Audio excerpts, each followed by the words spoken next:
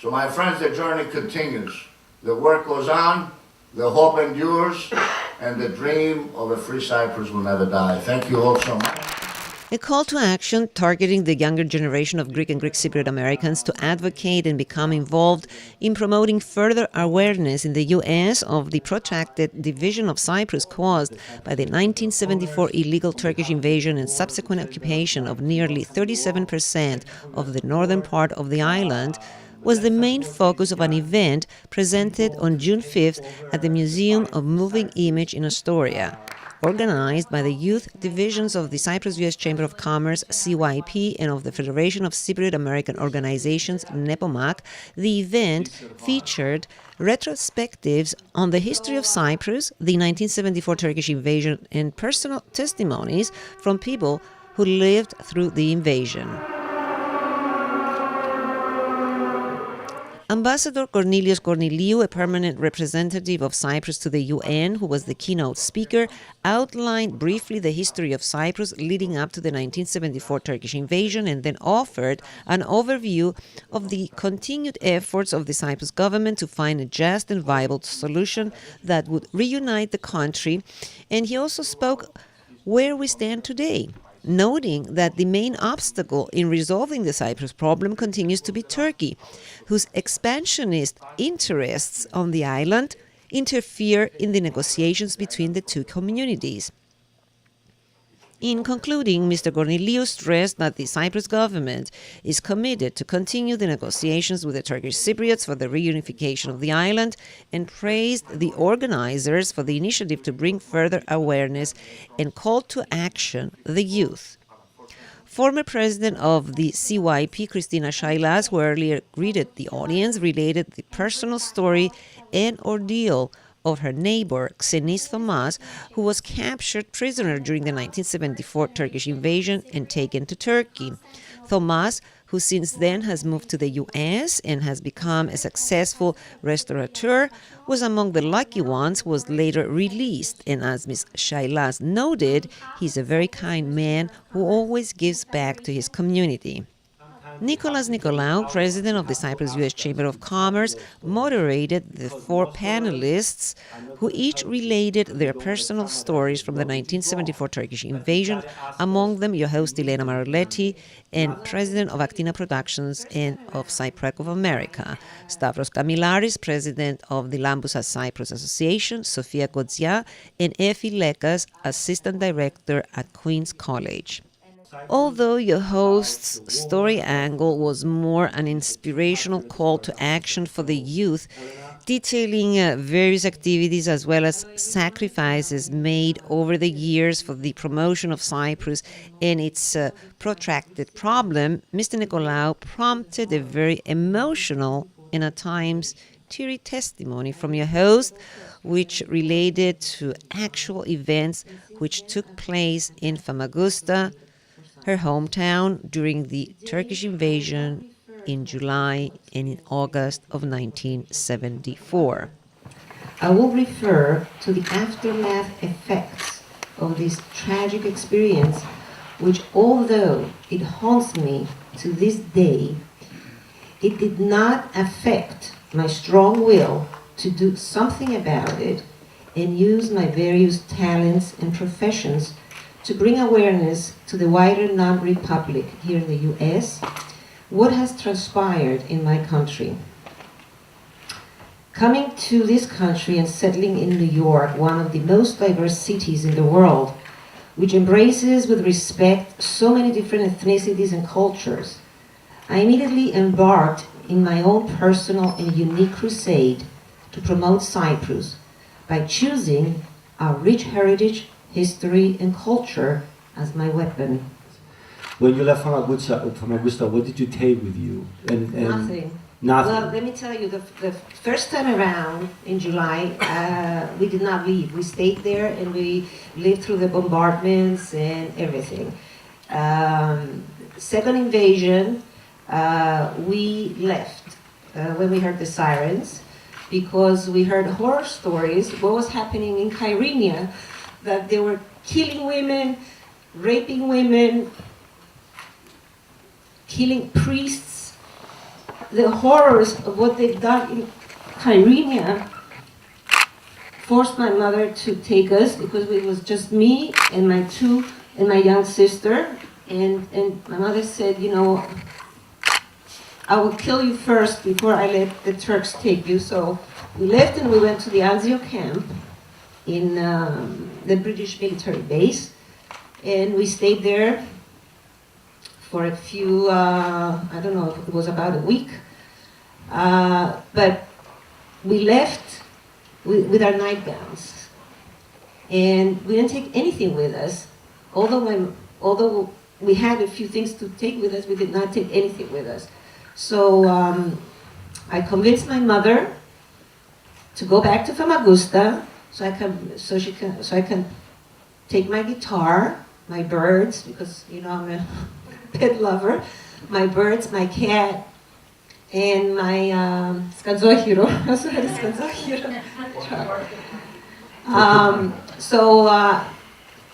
My mother said, okay, I'll take you. I said, if you don't take me back to Famagusta to take all my pets and my stuff, I said, I'm going to stop eating. And I did stop eating because the days were passing by and she wouldn't take me. So 4 days later, she says, okay, Elena, eat your dinner, and tomorrow, early on, we're going to go to Famagusta to pick up your guitar, your pets, and all that. Okay. So I ate everything. I wake up around 5 o'clock in the morning. I look around me. My mother was gone. So I went outside the tent and I was asking, I said, did anybody see Lucy Maroulleti? Do you know where she is? And nobody was not saying anything. They were looking at me funny, and I said, where is my mother? And around 1:30 p.m., I see the entire camp running outside towards the gate, and they were saying, "Μια κυρία πήρε στο βαρόσι, μια κυρία πήρε στο βαρόσι, να πάμε και εμείς πίσω." One lady went back to Famagusta, let's all go and see what she can tell us, maybe we can go back.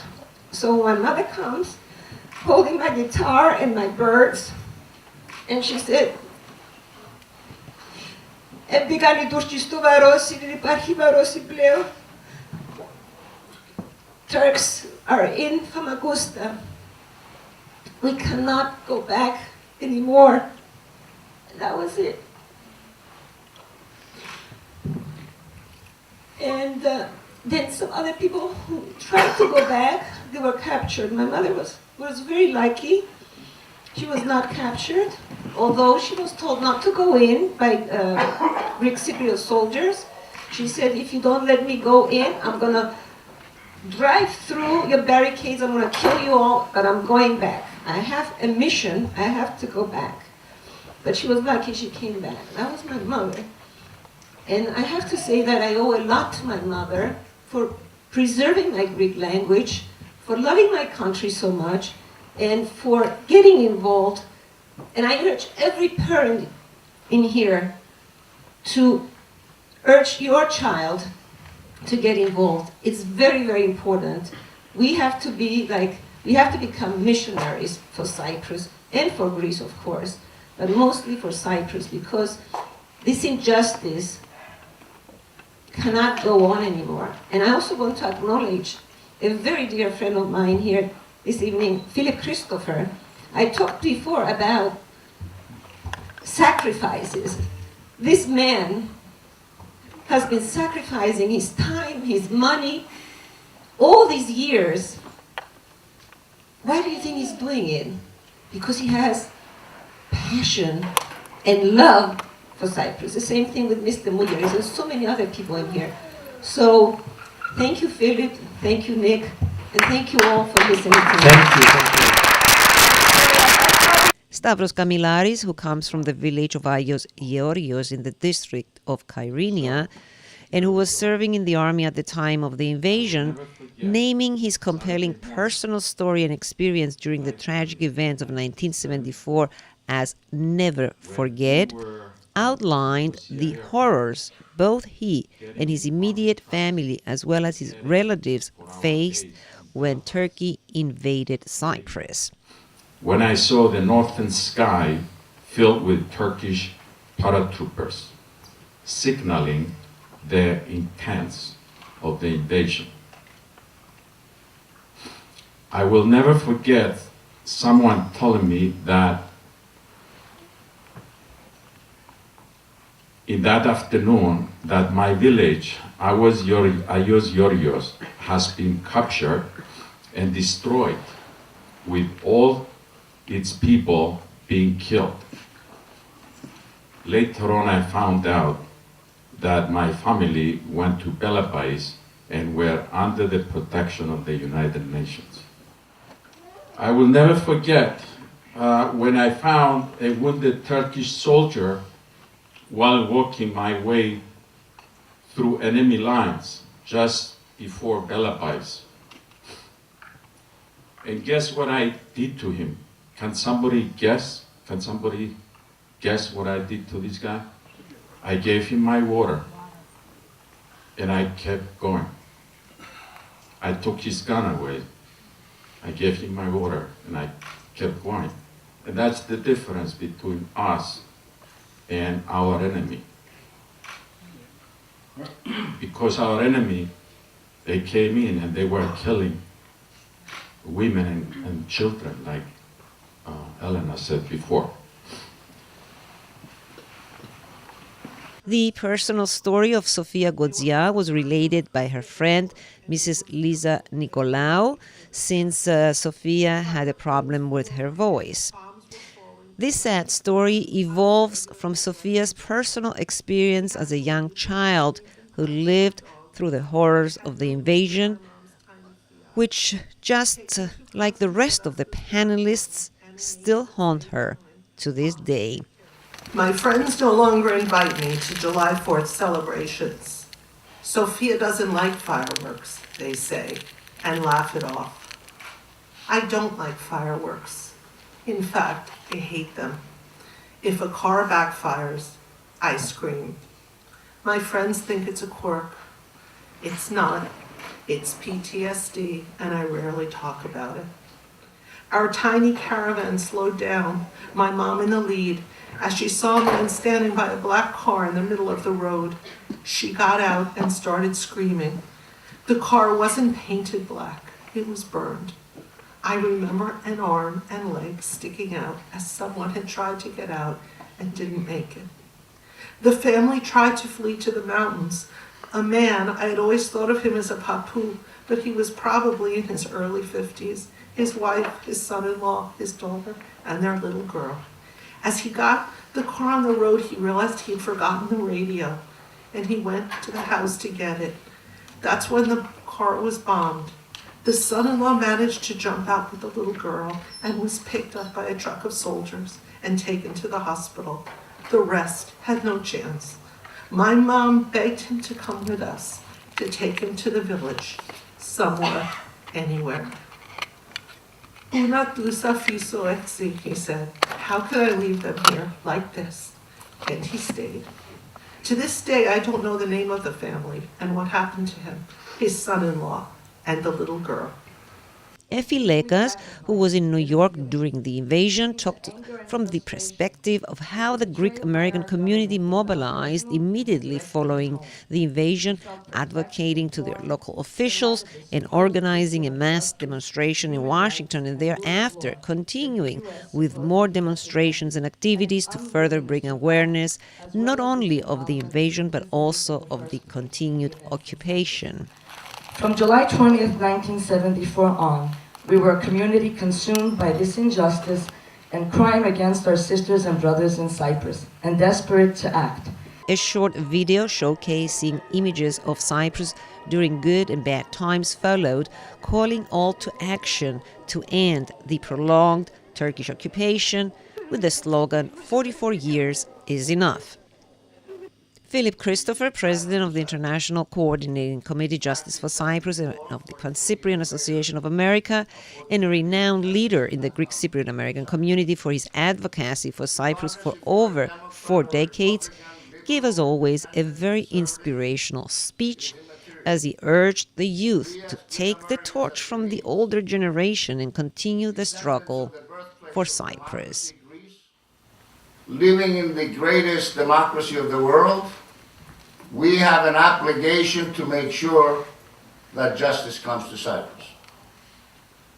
So I want to congratulate today the young professionals and NEPOMAK, all those people that have been involved in organizing this beautiful event, Nicolaou, the president of the Cyprus Chamber, the president of the Federation, and so many people that are in this room that have for the past 44 years worked so hard and so diligently to bring justice to Cyprus.